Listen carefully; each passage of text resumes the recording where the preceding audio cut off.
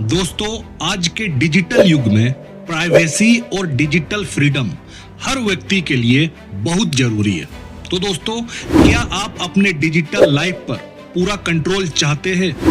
क्या आप चाहते हैं कि आपका चैट, आपका डेटा, आपका पैसा और आपकी सोच पूरी तरह सुरक्षित और आपकी अपनी हो? दोस्तों, टेलीग्राम के फाउंडर पावेल द्रुब ने ओस्लो फ्रीडम फोरम में डिजिटल फ्रीडम पर जो इंस्पायरिंग स्पीच दी, वो लाखों लोगों को सोचने पर मजबूर कर देते हैं। वो सिर्फ एक भाषण नहीं था, वो एक विजन था। दोस्तों, आज के इस वीडियो में हम आपको उनकी स्पीच को विस्तार से समझाएंगे और साथ ही साथ हम पाई नेटवर्क पर भी बात करेंगे। और ये वीडियो पावेल द्रुब की डिजिटल फ्रीडम वाली स्पीच पर भी आधारित है। हम इसे डिटेल्स में समझेंगे और देखेंगे कि इससे हम पायनियर्स क्या सीख सकते हैं। I personally experienced that in my days in Russia.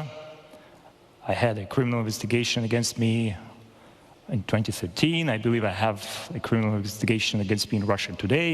दोस्तों, आपको कुछ पावेल द्रुब के बारे में बताना चाहता हूं कि पावेल द्रुब का जन्म सोवियत यूनियन में हुआ था। उस समय व्यक्तिगत स्वतंत्रता और प्राइवेसी बहुत सीमित थी।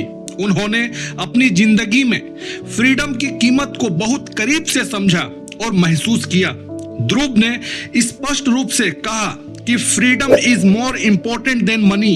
इसका मतलब होता है दोस्तों कि स्वतंत्रता पैसे से भी ज्यादा मूल्यवान है। उनकी स्पीच में So you had Facebook, Instagram, TikTok, YouTube and others. Ban, censor,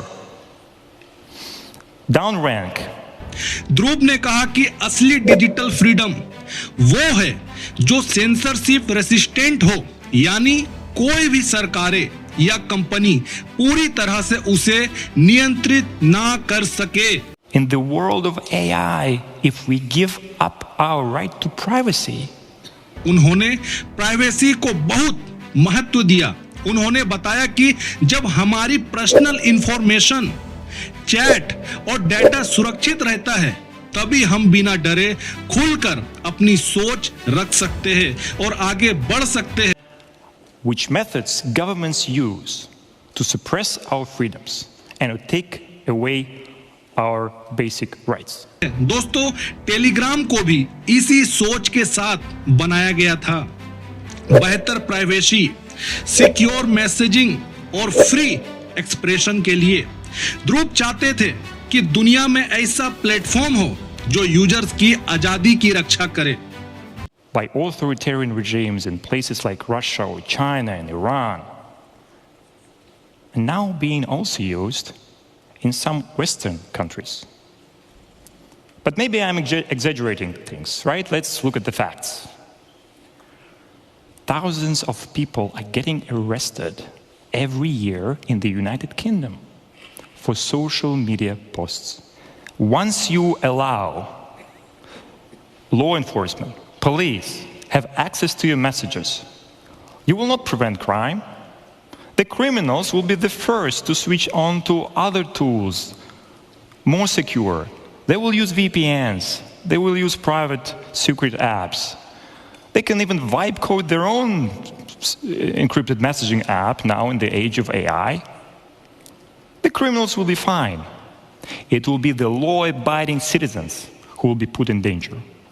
So that everything that we share online, every private message, every private photo that we send using apps like Telegram or WhatsApp or any other would be automatically monitored. दोस्तों, द्रुब की speech का मुख्य संदेश है, हमें privacy और digital freedom को गंभीरता से लेना चाहिए।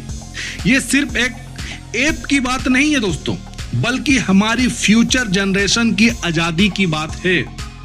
पाई नेटवर्क कनेक्शन के बारे में अब जानते हैं। दोस्तों, अब सवाल ये उठता है कि पाई नेटवर्क का डिजिटल फ्रीडम से क्या संबंध है।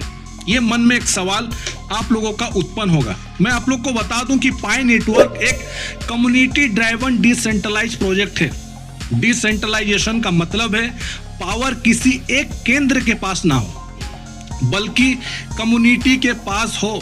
और आपको दोस्तों याद होगा कि डॉक्टर निकोलस ने क्या कहा था अपने सबसे पहले इंटरव्यू में, जो आज भी उनका वीडियो यूट्यूब में पड़े हुए, उनसे पूछा गया कि पाई का कीमत क्या है, तो बदले में उन्होंने कहा कि pi is worth what pioneers make it worth. Pi का कीमत वही है जो पायनियर्स बनाते हैं। दोस्तों इसी बात को उन्होंने बहुत अच्छे से 2025 में जो कनाडा में टोरंटो में जो दोस्तों इवेंट हुआ था 2025 कॉन्सेंसस, उसमें उन्होंने साफ क्लियर किया कि पाई का जो वैल्यू है, ये जो वैल्यू कैप्चर होगा, ये कोई भी इंडिविजुअल या कोई भी कंपनी इसका वैल्यू कैप्चर नहीं करेगा। तो कौन करेगा? उन्होंने साफ बताया दोस्तों कि लार्ज नंबर ऑफ पीपल करेंगे। उन्होंने अपने ब्लॉग में भी ये बात कहा कि no central authority will be controlling the currency and it will be fully decentralize. तो दोस्तों ये प्राइवेसी और फाइनेंशियल इंडिपेंडेंस की दिशा में एक प्रयास है। पायनियर्स मिलकर नेटवर्क को मजबूत बना रहे हैं। पावेल ध्रुव की स्पीच में प्राइवेसी और सेंसरशिप रेसिस्टेंट पर भी जोर है।